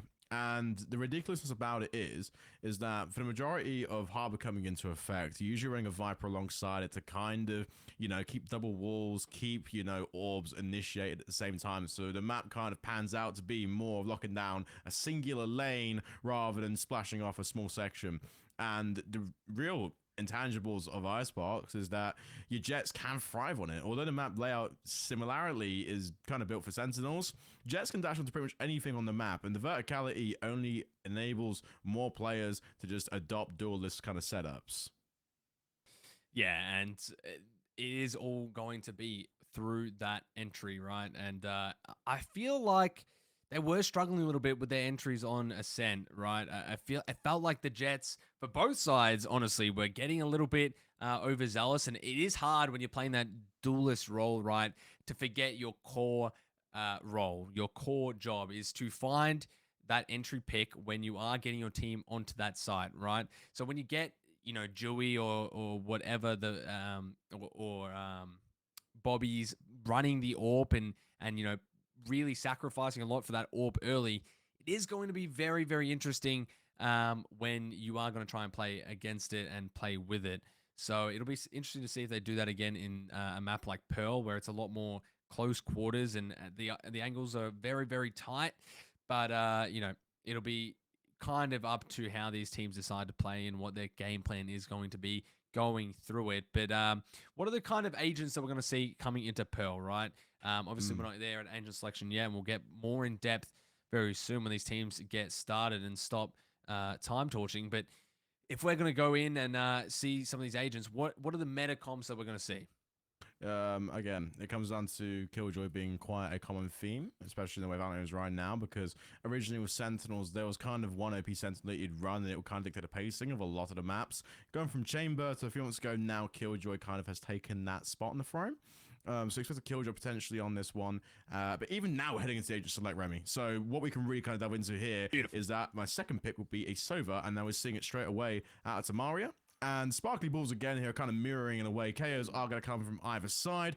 And one thing to note as well about Altunga is that we're seeing Mini again on the Astra. So what we expect again to see is some high level quality gameplay. A lot of instances where we're seeing aggressive pushes and using the Astra grabs to just keep players detained and allowing the Sovas and allowing the KOs to just flash and initiate a firing squad onto the lines. But one interesting pick as well, we didn't really see a fade much last time, but Sparkly Ballz going to use that this map. Yeah, very interesting. You've got two initiators there, and you have a lot of potential to grab that info. And looks like they're going to go. They're opting out for a bit of a different comp coming in from the side of Tamaria, but I think Deagle might go with the Killjoy again, as you said. It's kind of the pick that is expected, right? Yeah, for sure. That's absolutely fine. Yeah, it's definitely reigning supreme here over the Sentinels, and we'll see it here again, probably out of Deagle. I don't know why he's taking so long, but maybe he's just taking a bit of time to regroup with his team and take the time to really solidify game plan going into it. And will be attack coming out from Sparkly Ballz first. And it's going to be very huge as well, because when it comes to attack, lots of teams tend to hit B long out straight away and kind of catch a feel. But the genuine regular default that we do see on Pearl is going to be, you know, a 2-1-2. Two players playing around on A site, one lurking from B link, and then two just, you know, playing around B link itself. So you can play aggressive, we can play passive, but there's always one player in the pocket on B that catches off a huge 5-hit. And that's why Pearl on defense really is the way it is. There's nothing really to, you know, sort of add around or put around the bush with other than Pearl in itself, although very beautiful, very hard in attack. Yeah, you are definitely not wrong. And we're going to see Isu set up here on B. And it is going to be very interesting to see how their setup is going to look and how they're going to play this first attack. The pistol round obviously so crucial as it grabs you that second round along with it. And we'll see if it's going to happen here yet again for Tamaria, or if it'll fall back in the hands of Sparkly Ballz. But here we go. It's looking like a little bit of a split attack here. They're going for that mid control, that A main pressure as well. The knife will come over the top, grab a bit of info. Dewey pushing up aggressively as well, maybe trying to look for this first engagement onto Nye as they get through. And unfortunately, my stream's lagging, so I don't even know if we got the kill, Gunny. Still very close though, 44 coming in, and especially now Art's being hit out so aggressively with Sparkly Ballz. Nelv and Wexy have to trade out themselves. Only Wexy remaining the map control needed But looking at the health as well, you have to kind of initiate here because Bobby is just so low and can't really, play around the angles he wants to. But Wexy on a huge 3K this round. Got a headshot there with the pistol. Only really invites one, but Deagle will be the last one up on site. And now it's just going to be 1v1 here. 2 killjoys, 1 spike, and that is what you want. Because Isu, in the end, there finds the angle and takes things into his own. Jesus, what a way to word that. 2 killjoys, 1 spike. It sounds like a little bit of an explicit tape, if you ask me. But oh, no. Coming don't through, listen, I don't want to be that guy, but I'm just saying how it is, as is my job. But coming through, it is going to be that round 1. Yeah, listen, mate. It's it is what it is. Tamaria able to grab that first round, and I mean a beautiful showing there as well. That 3K as well coming out there, and Killjoy able to clean things up. Beautiful stuff for round number 1, and now they're able to play the bonus, and be interesting to see how Sparkly Ballz are going. I mean, man, what is going on with this car? Sparkly Ballz, two Killjoys, 1 spike. I don't know what's going on. Well, no, it's going to be a very much... Well, obviously, Sparky's going to fight towards the side of B, but this mid-pressure here from Sparky Ballz is definitely warranted. You're now forcing lots of players now on the side of... Oh my god.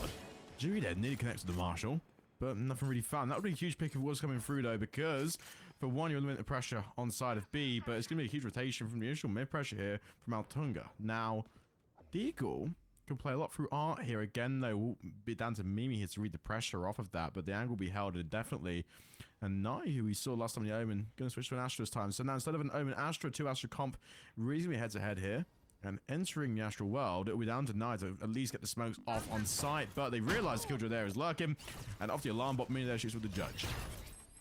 Wow, and he is hunting with this Judge. Somehow it is going to be Deagle getting out with his life, but wow. As I say, not for very long.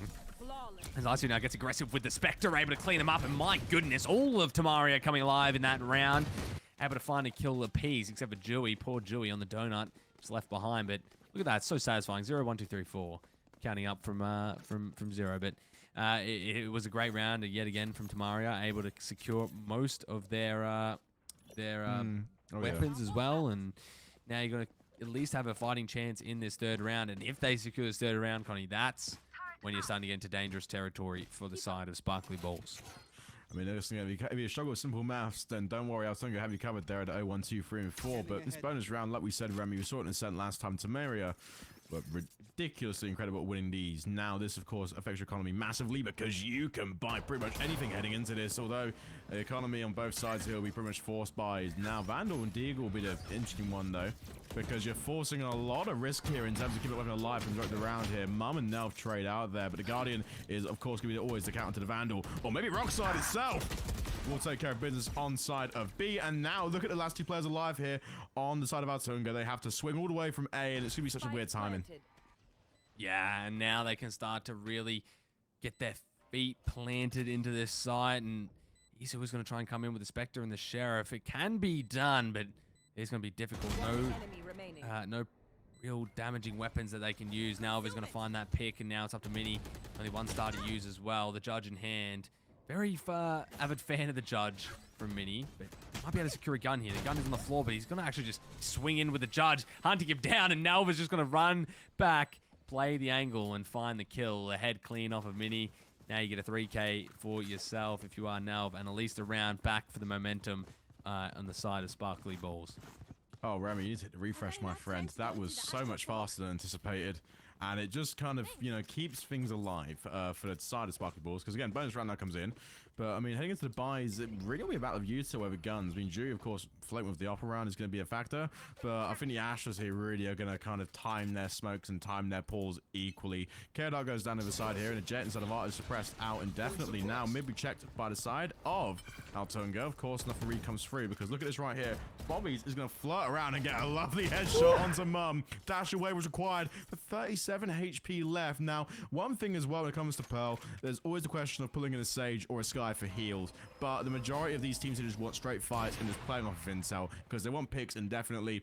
And it really will now be coming down to a almost blank out here. Nye float around mid here with the Astra, going to look for a clear and gets it in the end, but the Astra inside the wall is going to be, of course, indefinitely taken out. Wexy there has got the ultimate intel, though, in terms of all drone goes out, tags one up, and then this one will be thrown, and the cloud from the Astra and the jet. It's just going to be a huge retake here for the side of Sparkly Ballz. Yeah, Wexy is going to try and swing out, get some good damage, but no kills. Bobby's is going to be the one who is finding some of that value. Dewey will fall, now getting aggressive towards his back halls area. Not able to find this pick just as of yet, but a lot of pressure is being gained as Mini just holds on for dear life in the smoke. Nye is going to find the kill, though. Wexy will fall. Now you can start to see damage coming through, and swing might come through here. Mini finds one. Mini's going to find two. Now, somehow able to get more value than I would have ever expected as Isu tries to clutch it out, but Bobby's finds the 4K and is able to clutch it out. A beautiful round there from Sparkly Ballz yet again. Bobby's especially doing what you want your jet to do. The entry doing what the entry does best and finding those entry kills. Well, let's put now things up 2-2, and it's going to be quite an interesting buy now, because at this point now, if you're on Sparkly Ballz, you're going to have full shields, but a wide variety of weaponry here as well. Seeing lots of shorties, vandals, phantoms being flown around, but the interesting thing here now is that the Spider all forced eco out of, Tamaria. It can definitely, you know, push further, and it is a wise decision regardless. Rockstar, they will throw the Prowler out initially onto B, but as teammates swing, it was kind of wasted. Bobby's though flashing straight away, but that KO is what really was a factor, because that flash goes in, and Bobby's had no choice but to run back into smoke off of initial dart and initial knife. But look at this right here from Mini, just drawing in with the Astra, and that is where you can execute a Hunter's Fury play like this one. Wexy there takes that rock side, and now man the situation here, 43, but the spike's parted indefinitely. Yeah, they do get the spike down at least. One saving grace for the side of Sparkly Ballz, and now he's going to be Bobby's trying to get aggressive. Somehow it doesn't get picked, and Wexy will fall in place. Dewey able to find the kill on Jet, though. Now trying to swing out. Nye is there for the trade. Now 2 versus 2. Mini does have the Guardian. Now trying to play in this position. Could be a big kill if he finds it. Isu finding one. Now a 1 versus 1 between these two. Deagle versus Mini. Spike counting down. Will he be able to find the kill? The defuse now coming through. Deagle ready to push into the smoke and able to find the kill, and that will secure them the 3rd round straight, Connie. Sparkly Ballz up 3-2. And look at John Deagle, and on the end of that, will have already secured himself the ult going into this. Now, in terms of it, I really think it'll be interesting to just see how it's used, because listen, on attack, you can get a fast plant down straight on B, but you kind of need to use it more, let's say, in man-down situations, or when players have already been picked off. That really is where we see its effectiveness come in. That really is where you'll see, you know, the ability of, you know, the detain and just forcing, you know, other teams to respect the fact that they can't enter site straight away. If they're able to deny any of these pushes here. Wexy plays. Deploying drones. That area, and now the drone coming out as well. I'm going to try and get some info. Sparkly Ballz can avoid most of drone, then they might be in a better position. Not really sure how they're going to play it. Bobby's now getting aggressive through the mid. Some good utility there out of Wexy, able to at least tag up Bobby's, but a very passive round, Connie. Passive indeed, but 1 minute 4 seconds left on the clock, and it will be swinging towards A. Now that's really good if you're on the side of Sparkly Ballz, which you're forcing a lot here in Altunga.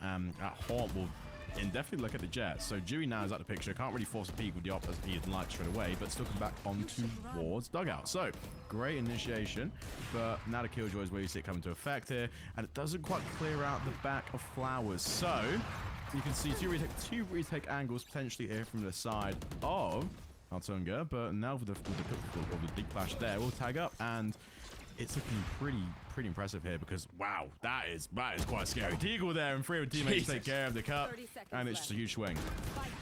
Yeah, Wexy just saw the 7th circle of hell there as 4 people come out of the smoke, but now we're looking at 3 versus 2. Maybe a 2 versus 2. As another one drops, the swing is coming through, but the molly is there to protect. 9 now needs to try and get this kill. The swing is good, but not good enough to kill. And Mini will find the trade, and now finally Tamaria grabbing a round back. That 3-round deficit that they just endured from Sparkly Ballz. And finally, saving grace here for Tamaria back in the round as we're halfway through, Connie. it's very difficult now because at this point now you kind of want to float that they've called timeouts, I really think, because it's been pretty even. Only the 7th round now coming into effect, and it's been very much similar buys from we saw on the last map. I think Dewey here with the op is really their core focal point for taking control here. And the only way you can isolate Dewey out again is through plays from the Fade or the K or the Astra. And now Rockside and Nye indefinitely made that happen for the most part. And Sparkly Ballz, when they're effective through cut and they're effective with 3-man hits, they can get things done. But Bobby's here will try and swing fast. Wexy of the spray catches it off. So now it's pretty bad here from the side of Sparkly Ballz. There goes Bobby's at the equation. And Wexy can just play around the Astral Stars if need be. And the Shorty gets it done for another. Yeah, beautiful stuff out of Wexy there. Great utility usage as well. Able to secure a lot of those kills. Now they try and push through, but Mum is going to find the kill onto Nye. And looking to maybe get a second one here onto Rockside as he comes into the iron sights there as he falls. Now it's all left up to poor old Deagle. Poor Sentinel left on his lonely little mission. 1 versus 5, able to get the headshot, but I think that's all he's going to get. And Mum cleans up with a 3K. It's a beautiful, beautiful round out of Tamaria yet again. 4-3, the lead has been regained. Regained slightly. I think Dewey, I'm not sure what Dewey's intentions were for that, because we saw quite an instance now where, you know, it needs to be effective. 3 and 5 is an interesting scoreline as well for the Jab. Been more of a debate and an info player than anything, but I guess it's fair enough when Mum's 9 and 4. So you're kind of switching the roles and the pressure around a little bit here, because when the KO's pressuring, it's different to the Jet, because the Jet just plays for 2 3K instantaneously off of a great collapse. KO picks are a bit different, and they tend to isolate more of an area and allow plays, but Roxy with the prowess straight away will go out through the smoke. Nothing really connects though, and now after re-smoke from the Jet, you kind of have to make plays here, but Dewey, as I say it, gets it done. Yeah, that's a beautiful pick out of Dewey to try and grab that first engagement. That will set them up nicely to stop this push. The ultimate comes in from Fade. Bobby's, he's going to find 2, almost a 3rd, not going to quite get it. But that is some good damage as Rockside gets a 2-piece of his own, and that is a beautiful, beautiful entry out of Sparkly Ballz. The operator will drop, and Mini is going to be trying to rock this Judge. And in a very good position as he shuts down Nye. A little bit of Astra on Astra action. Now Rockside versus Astra in the clutch. Will they come out on top? A Judge is not too favorable, but Mini has proven time and time again he is a threat with it. We'll see if he's able to pull it off. The smoke goes out. Now looking to try and clutch this out. Rockside gets tapped, and my goodness, what a clutch that was from Mini. The Judge is just his playground. And it just seems to work so well. I mean, Mini's genuine strat here is what Valorant and VCT and even regional leagues tend to kind of question mark and highlight. It always is going to be down to how effective the Judge can be in situations. And you can play Valorant that way. And we're seeing right now with Mini, it just is solely down to the counters off that. And you can run a Judge op setup pretty well, just based on initial lineups and defaults. But, you know, you kind of have to rely a lot of trust on your Isu and Mummy situation, because these guys have to put shots down in positions where you literally can bait players into stacking hard. That's when Mini finds the pressure and the plays that he can. But heading to this one now, the eco round for Sparkly Ballz in 5-3 is kind of dire, because you're initiating what looks to be a momentum shift. You don't want to give too much up too early. Mum is going to be playing pink, but it does get dropped. Deagle is a machine. I mean, it's kind of expected, right? Deagle's good with the Deagle, but he is able to get that first engagement. Wexy though with the trade, 16 HP, does get out with his life. Now we see the AWP in the hands of Dewey, and he has been deadly with this AWP, similar to how Mini has been with the Judge.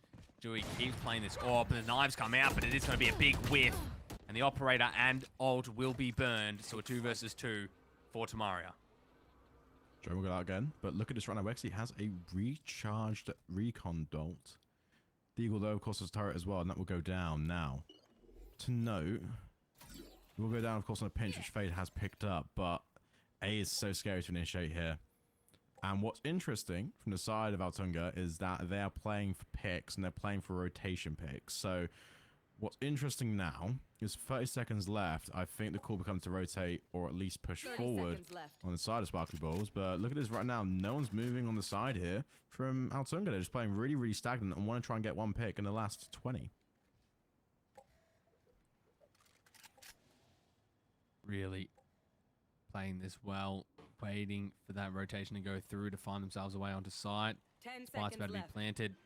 Now Wexy's going to try and make the route. Mini as well. It looks like a meet up in art. Never mind, Wesley's going to opt out to try and push through the back here and maybe find one of these picks, but they just go back and play main. There's no need to get aggressive. So here we go. Me placing down some of those stars. Looking to now try and play this post plan.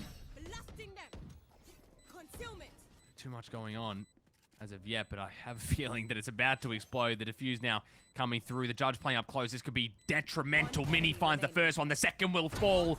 And as you said, Connie, there might be debate about how useful the judge can be. But as we're seeing here, there is no debate in this match. He is going off with this judge.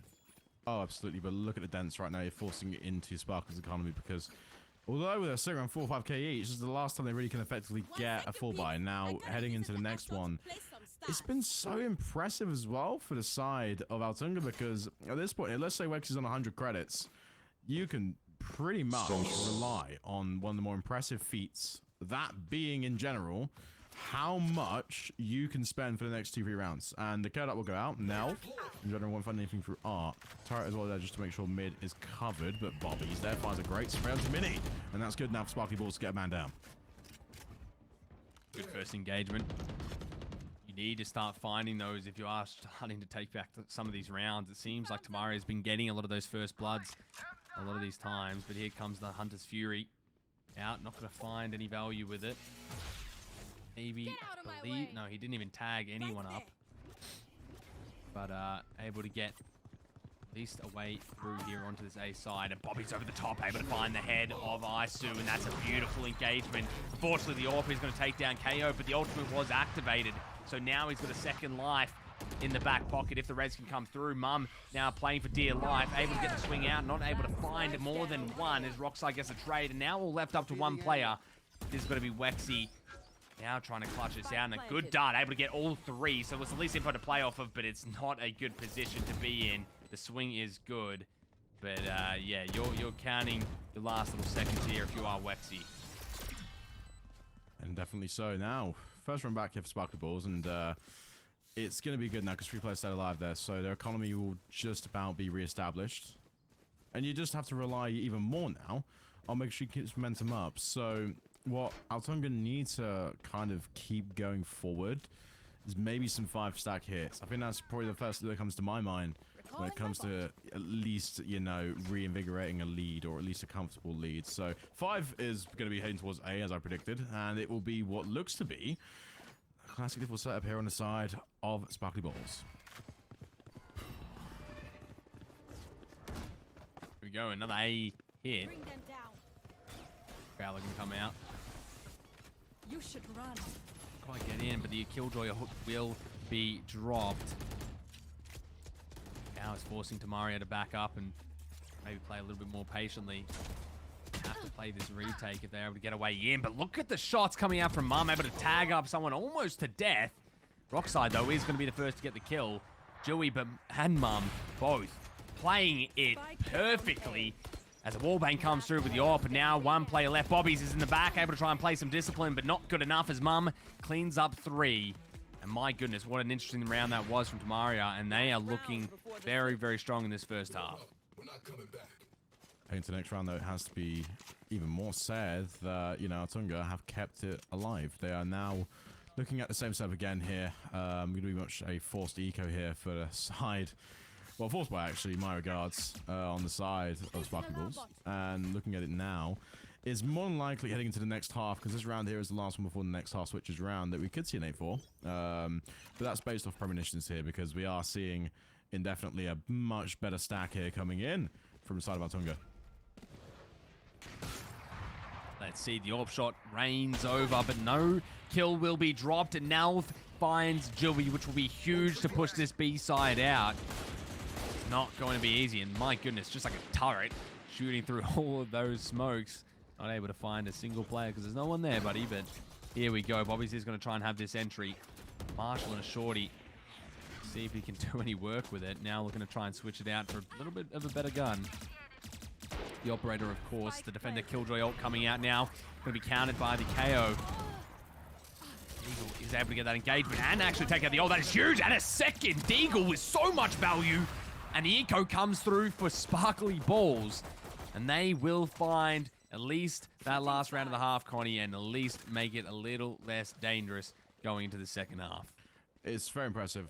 Not to mention the fact that Sparkly Ballz have kept things relatively busy during their, well, what looks to be rounds on the paper that they shouldn't win. They've done pretty well here, but one thing I do love about Pearl, Remy, is the fact that there's so much beautiful things here. I mean, literally, they've got an entire music station. They've got bears. They got, you know, cobras. There's some flowers there, mate, if you want to, you know. Yeah, exactly. I'm not sure what that says there on the sign, but it's good enough. You should give me some flowers for being up at 7 a.m. I'll give you your flowers after this, don't you worry, Remy. And maybe something a little bit more. Thank you so much. Oh my good. Okay, if we're going there, I mean, bit of 2 Killjoys, 1 Spike action, eh? No chance. I haven't got a Killjoy in my back pocket anyway. So, looking at this as it is, Altunga going to spread forward now, and off the flash, KO now kind of mixed up a little bit there on his own. Needs to try to kill, but doesn't in the end. So now Mum and Rockside trade out indefinitely, forcing 118 left on the clock here. 43 situation here. Sparkly Ballz, man down straight away. Oh, it's going to be a big gunfight here. Deagle finds it. That will be the even trade that they were looking for on this pistol round. Now I'm going to try and swing this over towards the B side. ISO is in a good position. Sheriff in hand. 3 versus 3. A very, very split defense here for the side of Tamaria.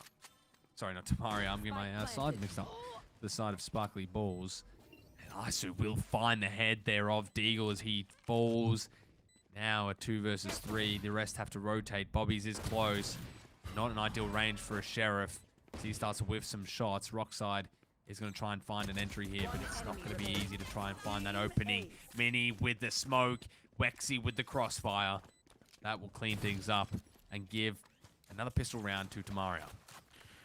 What's interesting as well now is Sparkly Ballz are going to opt for looks to be a stacked eco here, but look at the buys coming in here from Altunga. They really want to try and get at 9-5 straight away here. Judge, Guardian, Bulldog, full shields, yeah, pretty much a lot to play with here, but one thing to note as well, both teams here really aren't playing for the orbs, they're playing for almost a round wins. So one thing that Sparkly Ballz can do here, and they will do, is play for the orbs off of the retakes. So I want to try and get the ults in the bag straight away, but this early on it could be difficult. K-Dot goes out mid. And it will take on their one because look at this here from the side of Altunga. They're just going to push straight onto B here. Shifting slowly, but look at Bobby's with the Marshall. Drone will go out, and it will tag him indefinitely. But look at that right there. You re-peek, and there's 3 guys from Altunga there to greet you. Yeah, wow. I mean, they are giving him a nice welcome as he drops. Now they get that entry, and Deagle is going to be playing back. And my goodness, Mini with this Judge is just so effective each time. Playing around his smokes to perfection. See if Nelv is going to make this flank. Could be huge, but Isu is expecting it. See if they're able to get too much value. A 3 versus 5. They need some of these kills in the back. The alarm bot will come out. The swing will come as well. The headshot is good, though. Nye with a nice Deagle shot. Able to find 2. That is some beautiful Sheriff shots coming out from Nye. Able to at least make this a little bit more feasible. If only but for a second. My goodness, some good shots there, but not quite good enough. As Tamaria take yet another round, but at least you're able to take 2 down with you. It's a little bit of eco lost. Not too much gain, but, I mean, all things considered, it's better than nothing. I think as well, inside Sparkly Ballz, you might want to call for a timeout. That might be really feasible at this point. That's just based on the amount of pressure they've lost and momentum. So, interesting as well. Mum, 19-9. That's pretty impressive. Just being completely honest with you right now, in terms of the amount they've gotten forward and the independence they've had and the trust they've had to completely re-roll in a way. But now it's going to be very much a B here. Drone will go out though, and Judy's just below in case something happens. But tag comes in, and for Guardian as well, Judy can really get some nice long-range kills here if need be. Deagle though has to kind of counter that pressure, but with the Astro Stars going down, the Nano Swarm, Judy just about gets away here with a reasonable enough stack here on the armor and health. And almost a 3-part now for Wexy. Here we go. Judge in hand. Minis has so much impact, and he will do it yet again. I mean, this guy is just a machine with the Judge. Nye in the back, able to at least take 1, but a 1 versus 5 is going to be so difficult. He's making it look a little bit more interesting than I would have thought. That's going to be 2 dropping. And 3 stars as well. That's going to be difficult, but feasible for Nye. See how he's going to use them, but the spike is ticking down. It's not a lot of time left. He's going to run into Killjoy here in a minute. And Icy will take him down, but fortunately it just didn't line up for him. But good attempt nonetheless. But my goodness, Tamaria is having a field day on Pearl. Not just that. It's going to be 10-5. 3 rounds now left for Tamaria to get through into losers finals. Again, this game is losers semis, so top 4 will be the final placement for the loser of this game, but the winner of this plays Delonia Sock in the losers finals. After again, we saw today in the bracket, the EC Gaming are the first team to reach grand finals, so they are already in the money. Prize for this is 400 euros for first, 100 for second, so EC Gaming, regardless of 100 euros secured. Now, heading into this wonderful B hit here. Bobby's with the first up, but now from all of their sprays through the smoke, 65 HP is what's going to be left on the cards. And now, in all that action in mid, finds a pick onto Mini. Headshot goes through. And now, if you're inside the Sparkly Ballz here, Spike is not going to go anywhere other than maybe the mid. See where they are going to take it. Going towards this B side. It looks like Fade will be the first person who's going to be engaging. Just playing the jump peek. Trying to buy some info here. 7 seconds till that utility is up. Bobby's playing patient as well. The dart comes out. Trying to clear up this side. They know that the attack is going to be coming. They've still got one player anchoring on A. So this is going to be a very tough engagement here. Have a look. Rock side. Able to grab the first pick. Dewey will fall the head clean off. Decapitation as Bobby's now tries to re-wrap to try and maybe get an angle here. Astral coming out as well, Connie. This is going to be a very tough break. They are going to try an entry. But how much do you want to pressure on, though? Like, here's the thing, Remy, because Way Nelv's playing the angle right now, so the Cosmic Divide, he can get clear on the lineups, but it comes down to the shots connecting, and it do not indeed. So Mum and Wexy find a way in, but Nye, off the back of that, just about finds the last kill on the headshot there. We didn't even miss that 2K, but it was enough to get 10-6 on the board. Like, I thought they were all dead. I didn't even know Nye was still alive until he was in the back line there. Just a little sniper with that Sheriff. Able to pick off those two and clutch it out, and that's at least a saving grace. Thought it was going to be 11-5 for Tamaria, but they have lost a very crucial round there, and maybe even given a little bit of that momentum back to Sparkly Ballz. And my goodness, I am so glad when this series is over and I never have to say the name Sparkly Ballz ever again, Connie. I mean, listen, they signed up ages ago under that name. It's almost preempted, meditated. But regardless, 6 rounds now is all they have on the board. They need to get 4 more to tie things up at 10-10, but the way this is pushing right now, looking right, Nye is going to make the call here. Stars will go down, but so does the Bolt. Now into Nye. They're going to recall the Hunter's Fury here, and it's going to try and tag Deagle and Dewey. Trade the first 2, Rockside there, and Mum with the next 2. Needs to be a clean sweep here, but the ult comes in from Mum and still is only alive by a fraction. This is going to be huge. Wexy, though, comes in with another clear 2, and ECU takes 1 more. And that alone will stabilize the core, make 11-6 here, and it's just good enough here. I mean, listen, Altunga looking stellar so far, and it's reflecting right now as well in the economy. Buys going across both sides here, but it's going to be a hard eco now for Sparkly Ballz. Yeah, at this rate, Altunga might have to change their name to W Tunga. Oh my god. Oh, yeah, sorry, wow. Mate. Sorry, I had to. You're right this morning. I'm sorry. Listen, mate, like it's been a long night. It's been a long night, all right? Like, I had to slip it in there, you know? I'm sure someone somewhere out there was appreciated my little play on words there, but regardless, yeah, look, I'm almost the king of little corny one-liners these days. But Mini is going to be trying to get this judge back in action. It's going to be up to Nye to try and defend this, but all the players have actually rotated fairly quickly from the side of Sparkly Ballz. The Killjoy ult will come out as well, so a lot of pressure is going to be gained, and the Fade ultimate as well. Going back at him. The Killjoy ult will pop, so now they can start to get themselves back, but he got detained, and Dewey is actually going to find Deagle, and they're going to pay for them making that mistake. And Dewey able to find 1 more Rockside, dropping at 2 versus 5. They're pressured. They know where Nye is. He's getting wall banged out the wazoo. And now it's up to Bobby. He's a 1 versus 5 with the Deagle. Not able to find anything left. He's just going to let it happen. The 3K there on the side of Tamaria. And this is going so well for them. It's just squeaky ball. What's the name? Sparkly Ballz. I'm getting myself. Yeah. Squeaky clean, yeah. Squeaky clean, sparkling. Shiny Balls is what they should have named themselves, mate. Oh, goodness, I hope they Regardless. shaved. Right, anyway. Yeah, I mean. Has to come forward. 12-6 though will be this final score right now, heading into the map point and potentially series point here for Tamaria Altunga. And it's going to be difficult in turn to actually convert one hit Sparkly Balls, because this is going to be an aggressive hit early onto B. And they've only got at least a fade and the Killjoy lurking there. Setups are in place though for the Killjoy. Going to be down to a turret and nano swab to keep things at least alive. So Dewey gets one clear, and it's going to be down to Deagle here again to read this, because of the Divide just makes things so difficult. But not enough here. Dewey don't get picked off straight away. Yeah, Deagle is not going to go down without a fight. Bobby's getting aggressive with the knives, able to get that right click and give it a little tap there. Make that 3 for Bobby. It's a beautiful 3K.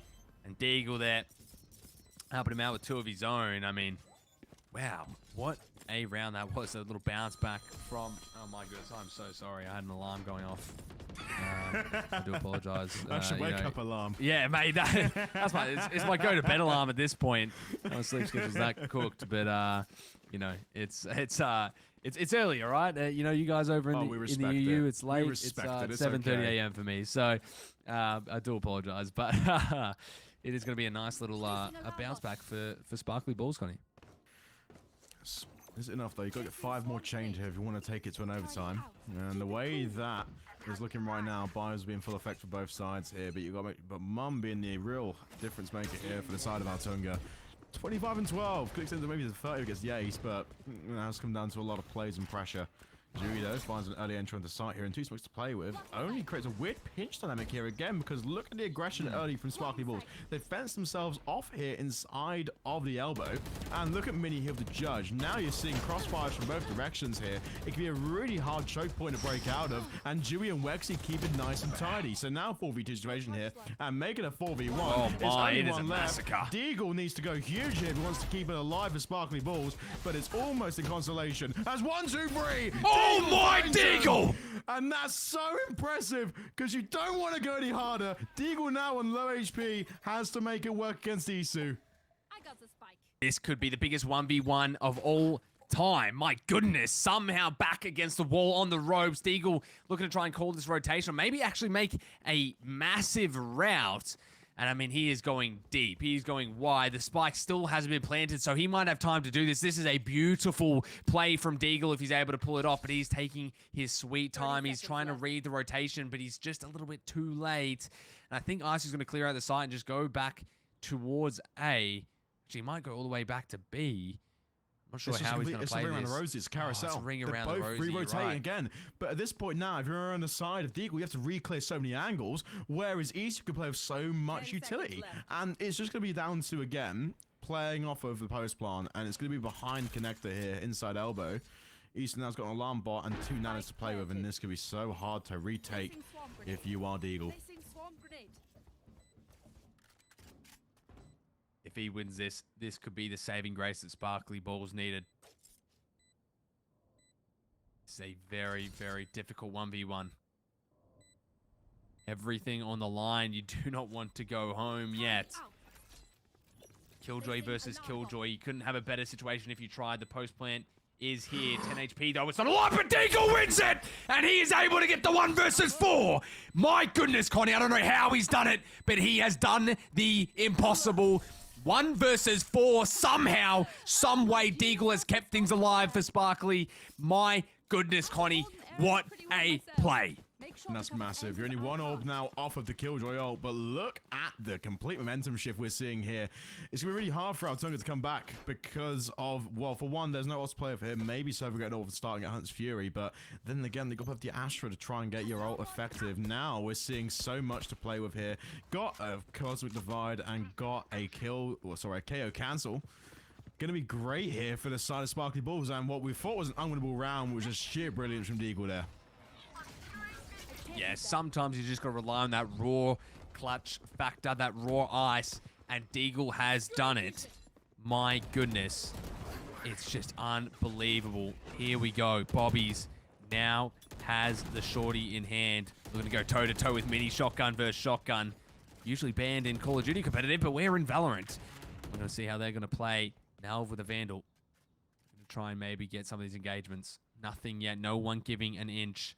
Bang. The first blood will fall. Nell does find it. The Hunter's Fury, though, coming out. And Nell somehow is going to dodge it. Does get tagged up eventually. And now jukes it out. So he's still alive. Does get tagged up heavy, though, as Isu does get the trade onto Nye. And now Bobby's is getting aggressive, only able to find one. Mini with a trade. Now, though, continuing to lock it down like that main AR from the back of the map. He is able to just beam across and able to find the heads of his victims. Tamaria now under a bit of pressure, but somehow Isu is going to find that kill, and now a 2v2 ensues them. This is going to be very difficult for Tamaria to try and push in. 30 seconds left. Style go down though, and avoiding the last one merely. Isu isolates Nell and takes care. Now Deagle, who we saw clips at the last round, needs to go big again, but it doesn't happen. Despite the miracles of last round, Deagle can't get it done in this one, and 13-8 is the final score, and 2-0 to Altunga as they progress forward into the losers finals, and they're going to face Delonia Sock for a spot in Grands. What a series, Remy, simply magnificent. I mean, watching that was just mental. I mean, that, as you said, sheer brilliance from Deagle. I mean, the guy is a machine. I mean, he did everything he needed to try and clutch that out to give Sparkly Ballz a second chance. Yeah, listen, mate, I've had enough of it. I've had enough. Squeaky, sparkling, shiny, shaved, any adjective you want to put there. It never sounds right. It always sounds wrong coming out of my mouth. But it's a beautiful win from Tamaria. But I think at this point now, Remy has no more to add to that. I mean, there's you know the foundation is set in stone here. Sparkly Ballz are going to finish top 4, and we're going to be seeing Altunga aggress forward in the bracket into T3 or top 3, I should say, realistically. But overall, any final thoughts we throw off here? None from me. I mean, it was a brilliant cast. I had a lot of fun, and you know, hopefully we can get some more and do some more Valorant casting soon. And also a big shout out to the sponsors for this broadcast. Again, Lions Creed versus Gaming and Next. It's a pleasure to be on board with them. At that point, now Remy doesn't know more. We're going to sign off now. Nasty Cass, Connor Aubrey, or Connor, if you want to go by that. Full name had to be acquired there for the pure reason. Yeah, but my goodness, you really trying to go professional. I'm putting my name on the line here for this tournament, but it is all done and dusted. We'll see you very soon, though. Tomorrow, losers finals and grand finals starting, I believe, at 5 o'clock, but don't go anywhere. We'll see you very soon. IT teams are managing a mix of on-premises and public clouds so that organizations can quickly scale in demanding situations. But managing apps and data in cloud silos is inefficient and can lead to cost overruns. That's why Nutanix and Microsoft have come together to provide a joint hybrid cloud solution for organizations looking to simplify their hybrid cloud operations, bringing freedom of choice while utilizing their existing investments on Azure. Project customers will manage clusters on Azure and seamlessly connect their on-prem environment with public clouds. Nutanix Clusters delivers native networking integration with Azure so that you can migrate workloads in a few clicks and without any change to the application. A true hybrid cloud experience. Together, Nutanix and Microsoft are really enabling simplicity of hybrid and really the choice of managing these hybrid workloads in a very flexible way that enables you to reuse your existing investments and resources and really accelerate your progress. Run better, run faster, run anywhere with Nutanix and Microsoft Azure.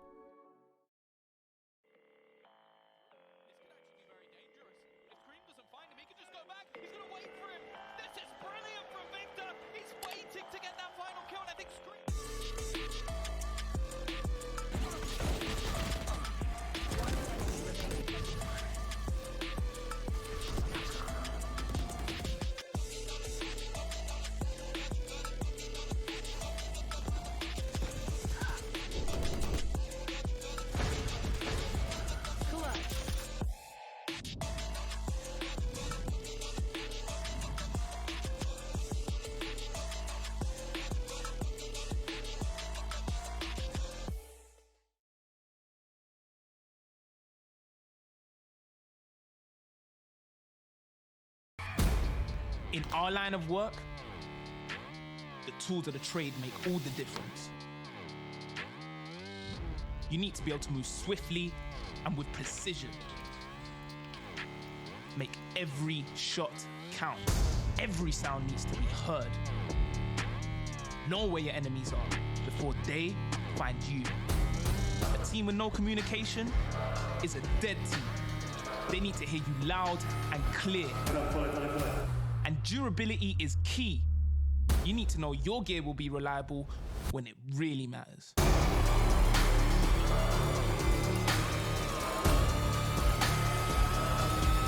As professionals, we expect nothing less than the best.